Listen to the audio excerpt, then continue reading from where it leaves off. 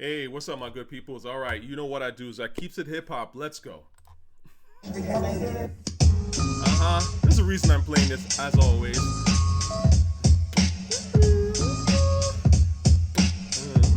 Classic record.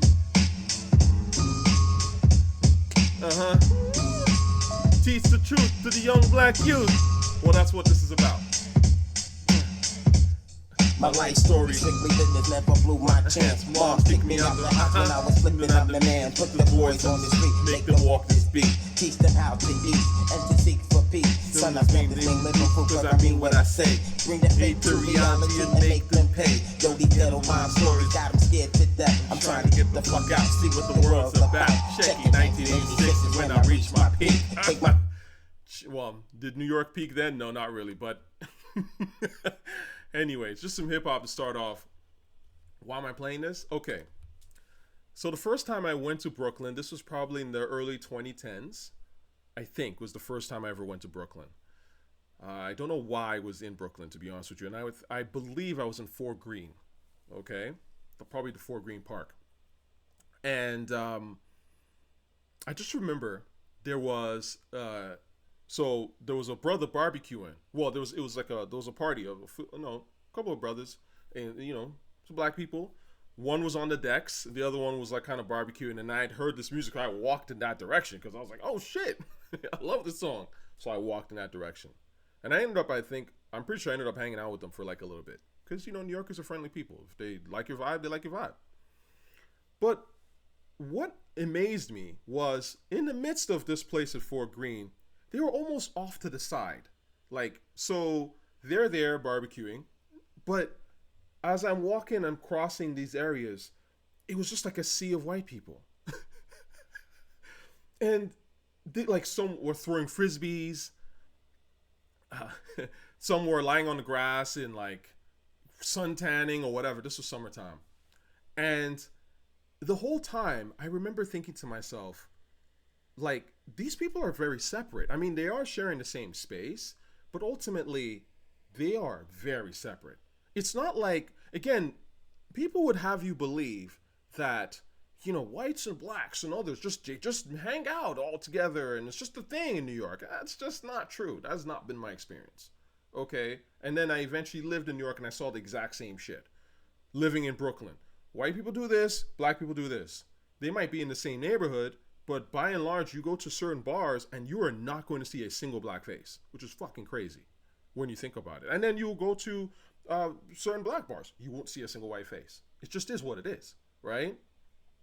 And so I thought to myself, I said, these people that are here, and they were younger. I mean, this is why I bring this up, because this is not old folk. These people look like they've just arrived in Brooklyn in the last 2-3 years, at best, right? They're the transplants. They're the new Brooklyn who are coming here to gentrify the shit out of Brooklyn. And I just thought to myself, And having lived in New York and maybe having more experiences now where, for example, there's certain things that used to happen on my block and I started to notice even the changes while I was there, where someone would say, oh, you can't play music. What do you mean we can't play music? We've been doing these block parties for like a year, every year. We don't want to do that anymore. And you're like, oh. I'll call the city. Noise complaint. It's cute for a hot minute.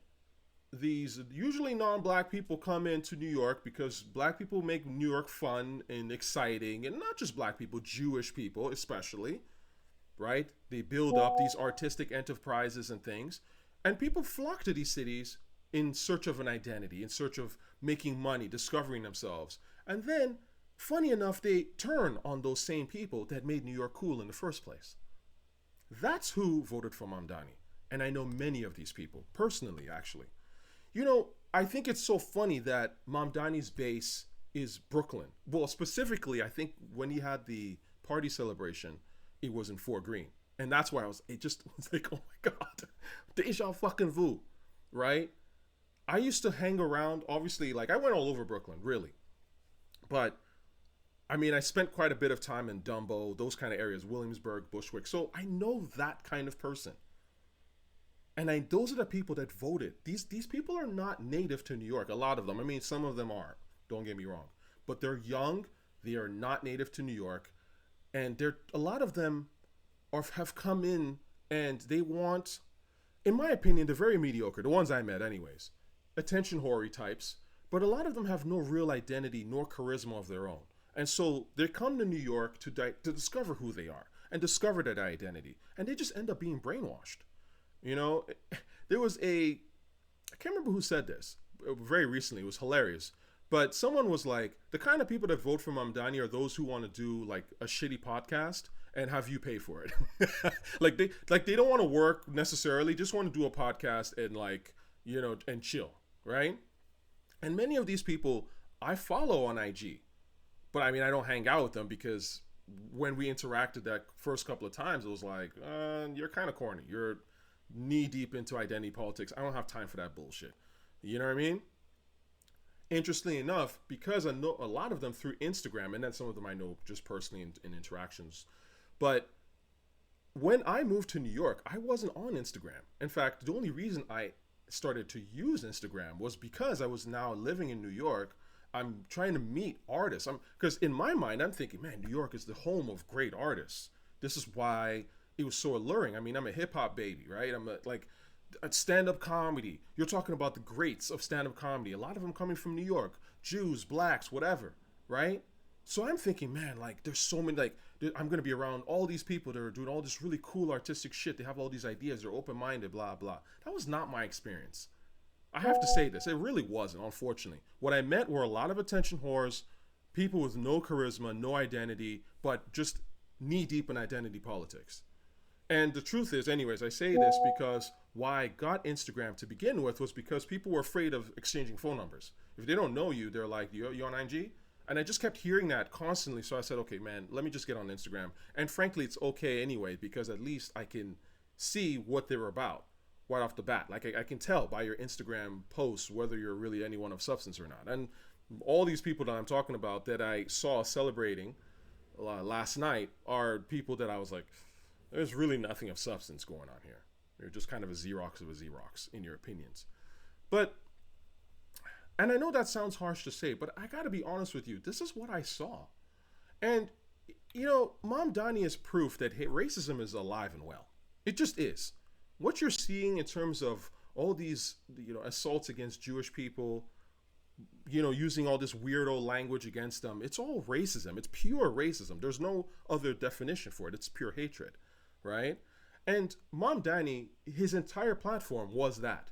Now, you're going to say the free buses and the groceries, no one cares about that shit. Even Mamdani supporters don't care about that shit. It's all virtue signaling for them, okay? Mamdani supporters they care about the virtue signaling, but not the details, because the details are actually not important. What's important is I want to hate the West, I hate the West, and I want to hate Jews, and I hate Jews. And I'll tell you, I'll give you a perfect example of this, sadly. And you're going to say, this is just one person. But this is somebody I know, right? Who I actually ironically met on a message board.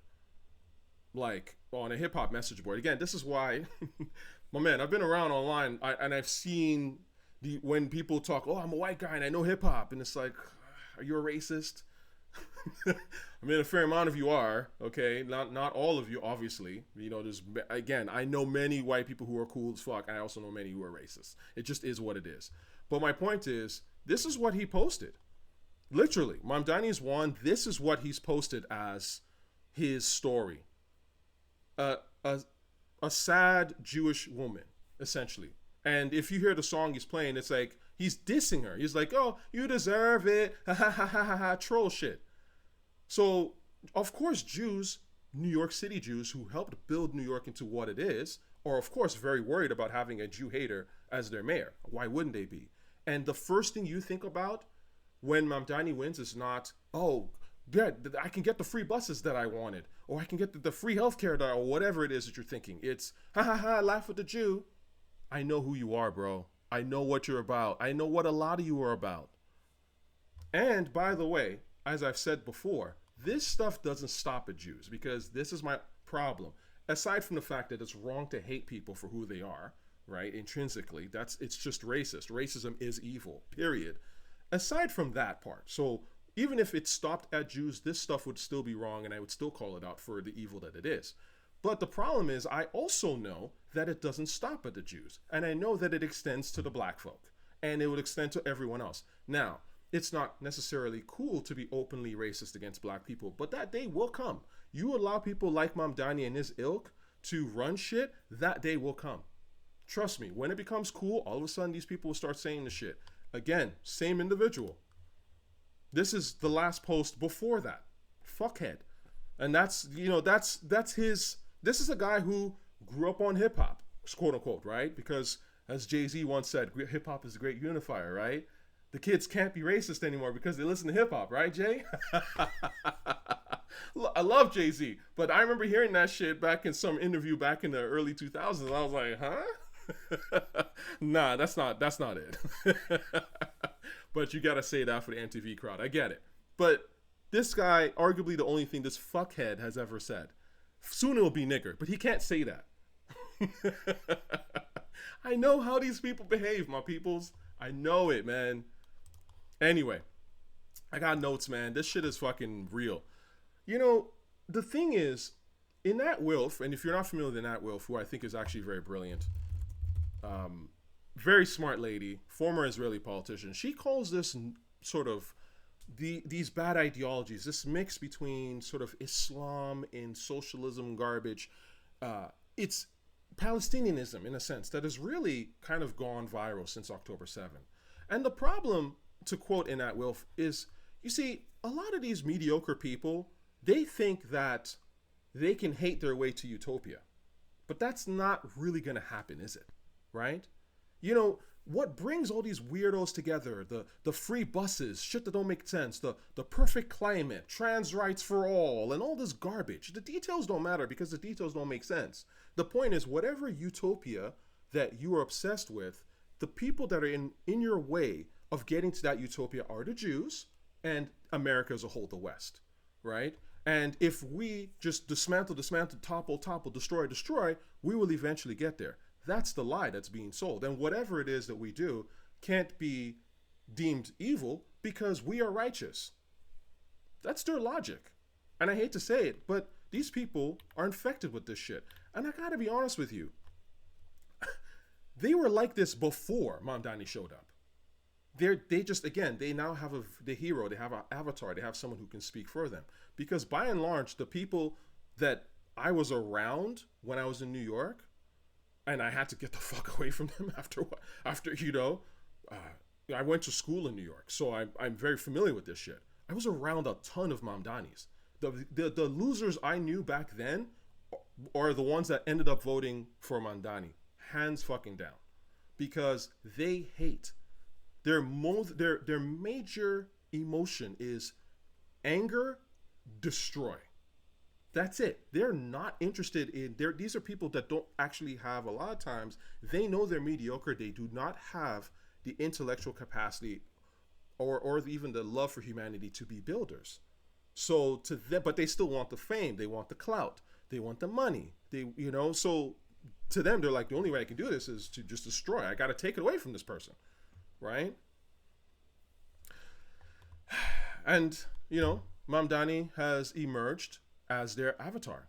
Now, if you think that this is organic, I have to say you're sadly mistaken.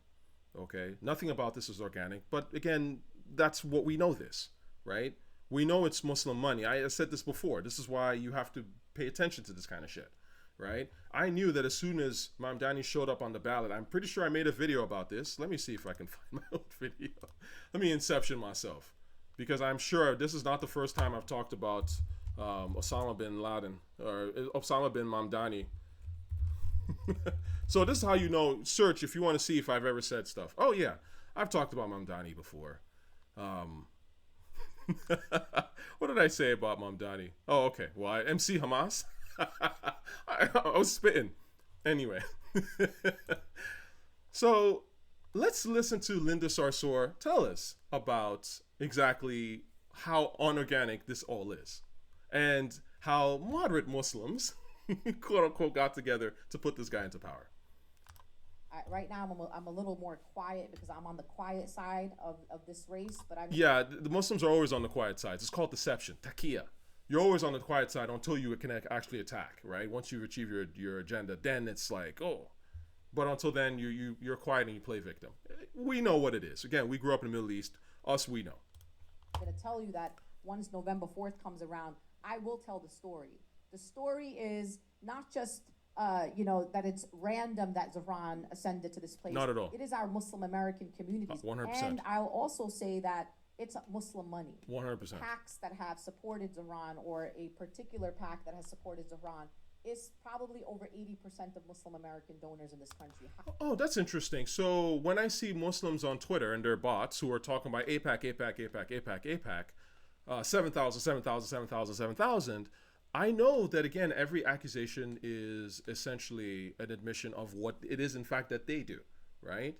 Muslims have no problem paying people to do things, right? And paying to spread the ideology. That's why I think it's so fascinating. Again, I grew up in Saudi Arabia. You don't think I know about people that my parents worked with, black folk who came to Saudi Arabia and converted to Islam for the paycheck so that their pay raises could go up? You don't think we know about this kind of shit? Cool. Einat donors, grassroots donors, and I want to make the point that the Unity and Justice Fund PAC, which is the CARE Super PAC, was the largest institutional donor to the pro-Zahran PAC in New York. Oh yeah. I mean, none of this is grassroots. It's CARE. It's just Muslim nonsense.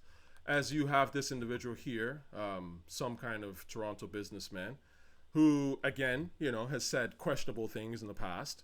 But, here he is, right? Same thing. And again, the Muslims, you see, this is why this argument about moderate is, there's jihadis, but they're the extremists, but there's so many good Muslims. And you're like, they don't even themselves talk about that kind of shit. That's some West-splaining kind of shit.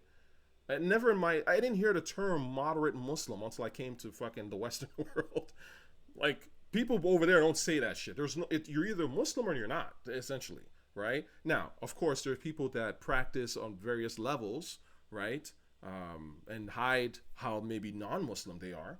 But at the end of the day, this idea of moderate versus, it's like, it doesn't exist, right? That's people trying to give cover for the ideology of Islam, because the ideology of Islam at its core is evil. You can't get away from that. Now, there are good people who happen to be Muslim who are good in spite of this evil ideology that hangs over them. Right? But the problem is the ideology itself is evil. So if they need to fall into it based on whatever societal pressures at the time, or they just want to seek that advantage and they can, then they might fall into that ideology. But it doesn't mean that the ideology itself is not the problem. The ideology itself is the problem. Anyways, so this gentleman says, congrats. Once again, a political career defined by a position on Gaza. We know exactly. That's exactly what it is. AKA Jew hatred. Mamdani didn't run on anything. He ran on, I hate Jews. Of course, he's not going to say that directly, right? Because he can't. But his base know this. And his base are like, yes, feed me this shit, right? But that's his entire platform. We've seen it in Canada and more to follow. I don't know about more to follow. Mohammed, I'm going to have to say on that, because I think we're waking up here. And I think a lot of people are waking up. Mamdani is proof. It's not like, let me put it this way. The people I know who voted for Mamdani were already this way before Mamdani showed up, right?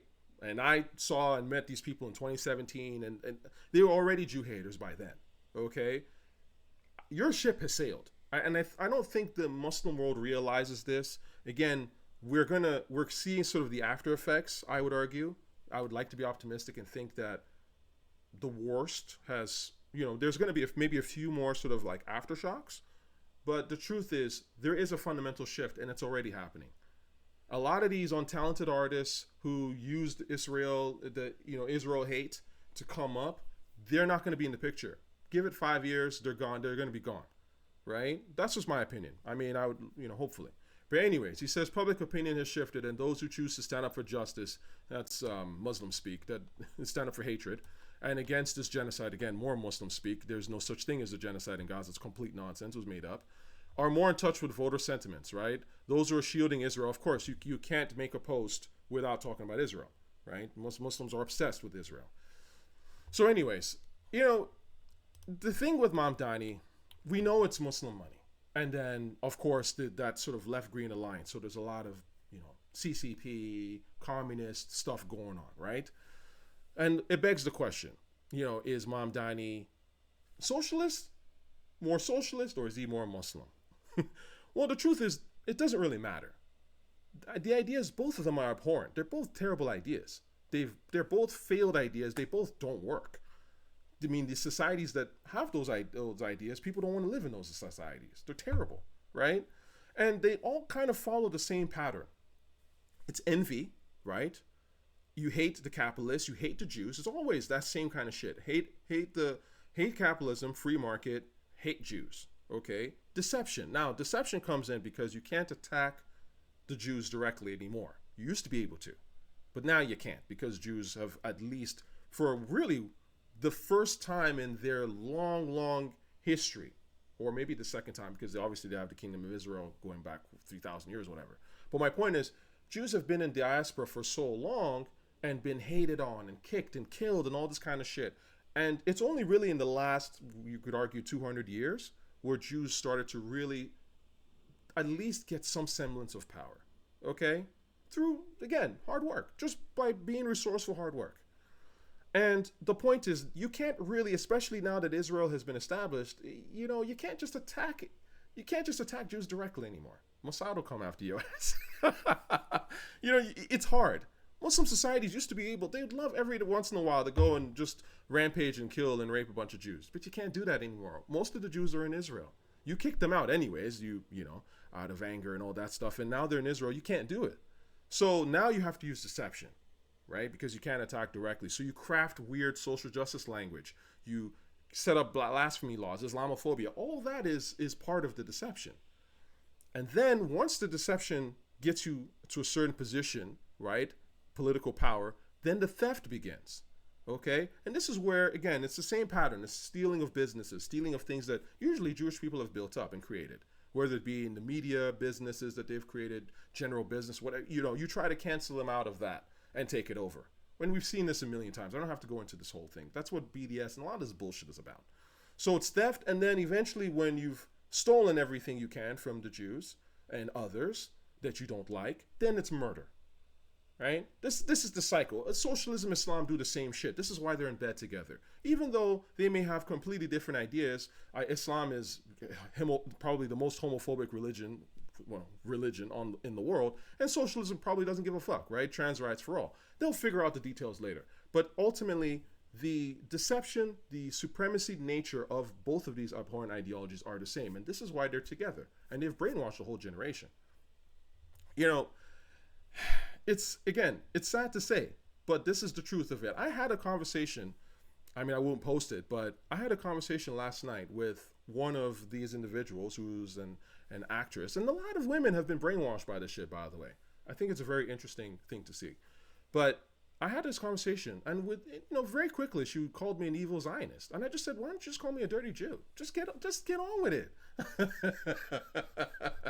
Say what you feel, right?" And she was like, "America shouldn't exist." Can you believe this? This is an American, a black American, because to be fair, Mamdani's base is not just South Asians. Of course, a lot of people vote for people that look like them. That's how human beings are, unfortunately. So there is obviously a big South Asian, aka Muslim base, right? But again, Islam, many people can be Islam. Islam is an ideology, it's not a race, right? Jews are a race. So when you hate on Jews, that's hatred, right? But anyway, the point is, as I was having this discussion with her, she was like, "Well, America shouldn't exist." And I'm thinking to myself, America shouldn't exist? You're an American. Like, you were born and raised in the United States. Like, your forefathers were here. Yes, okay. They may have gone through slavery. I don't know what her real, her background, if she's FBA and I'm just a tether. But you're telling me America shouldn't exist? Like, have you been that brainwashed? And I said, okay, socialism is great. Oh, okay. Well, why don't you go live in Cuba and Venezuela? Block. Again, I think it's fascinating. These people have these ideas because they don't care about what's built or what socialism built or didn't build, right? I happen to know, anyone who knows me personally knows that I know a few Venezuelans. Let me just put it that way. Okay, Venezuelans are wonderful people, really and truly. Well, of course, I'm generalizing, the ones I've met, right? And they know what it's like to live under socialist garbage. I'm trying to remember. There's a big hotel in Caracas. Oh, is it like some kind of legendary hotel? What the fuck was the name of this hotel? Caracas Hilton. Oh, yeah. Yo, listen, man. It doesn't exist anymore. Whoo! Yo. So, I want to say it was built in the 50s? Historia? Sorry, this is a bit of a tangent, but I say this because this is actually really fucking important. Venezuela, like Iran is now held hostage by Islamic nonsense. But Venezuela was also like one of the richest places in the world at one point, right? Like my Venezuelan friends, like we would talk and they would like almost damn near cry about this shit, especially if you remembered it, let's say prior to the 80s, but more importantly, let's say early 2000s, because again, these things take time, but they degrade. And then it's shocking. It's like, it starts to degrade slowly, but maybe you don't notice, and then it's just, and then collapse. And my point was, they were showing me some of these images of Venezuela in the old days. And you're like looking at all these like state-of-the-art engineering. Again, this is capitalism. State-of-the-art. Stuff that people were building that you'd be like, man, that shit don't exist anymore. Instead, what you have is, let's see here. Venezuela wall. Yeah. Instead, what you have is this bullshit. This is communism at its finest. I want to say, yeah, there we go. Hugo Chavez. Chavez. Can you imagine? You are a citizen, and instead, now on the walls where you go are these eyes of Chavez. Just looking at you. Because that's what socialism is. It's surveillance. It's, we have to keep everyone on the same fucking page, keep them broke and miserable. We take everything. Chavez has a million, billions of dollars, right? Wine for me, but not for thee. That's the whole concept of socialism. We talk all that, oh, for the people, power to the people shit, but that's just a way for me to take funds off you. And again, the stuff that you've built, the businesses that you've built, I'm going to steal that shit. And it's now mine. Again, socialism, Islam, same shit. Theft. Yeah. Chavez. See, oh yeah, he passed away quite a bit. What a loser. But, this is bringing me back, man. I'm sorry, I'm going off tangent. Appropriacy, right? Expropriacy? Oh my God. Yeah, to expropriate, to take someone's property, usually by the government for public use. So, Chavez, appropriacy or whatever. Yo, I know some shit, man. Anyway, that was a tangent. But the point is, these ideas are terrible. They failed constantly. And I know that the people that voted for Mamdani don't care.